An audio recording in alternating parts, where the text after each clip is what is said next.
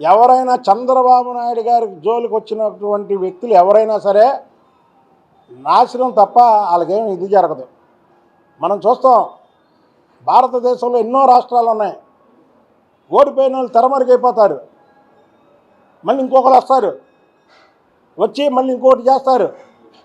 కానీ ఈ రాష్ట్రంలో మాత్రం తెలుగు ప్రజలు ఎప్పుడూ కూడా చంద్రబాబు నాయుడు గారిని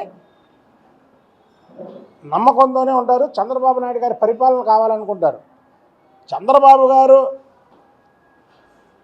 జాతీయ తెలుగుదేశం పార్టీ అధ్యక్షులయ్యి ఈ కొత్త రాష్ట్రాన్ని నడిపించగలాలి, ఈ కొత్త రాష్ట్రం అప్పుల ఊబిలో ఉంది, ఈ కొత్త రాష్ట్రాన్ని ఎలాగన్నా పైకి తీసుకురావాలని తెలంగాణలో వదిలి ఇక్కడ పెట్టాడు. కానీ ఆయన దృష్టి ఇక్కడితో పాటు తెలంగాణలో కూడా పెడితే 2018లో తెలంగాణలో కూడా తెలుగుదేశం పార్టీ అధికారంలోకి వచ్చేది.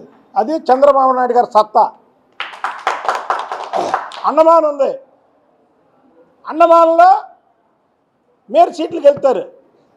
చంద్రబాబు నాయుడు గారు రాజకీయంగా ఏదో చేసేయాలి, రాజకీయ నాయకుడిగా నేను పెరిగిపోవాలి, నా సత్తా మొత్తం చూపించాలని ఆయన ఎప్పుడు అనుకోడు.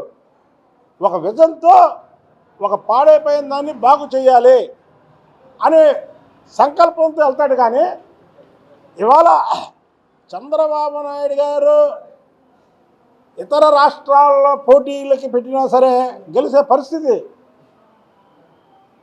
చంద్రబాబు నాయుడు గారి విజన్ అలాంటిది, చంద్రబాబు నాయుడు గారికి ఉన్నటువంటి వ్యక్తిగత ఇమేజ్ అలాంటిది. ఆ ఇమేజ్ని డ్యామేజ్ చేయడానికి జగన్మోహన్ రెడ్డి ఇలాంటి రామ్ గోపాల్ వర్మల్ని వాడుకున్నాడు.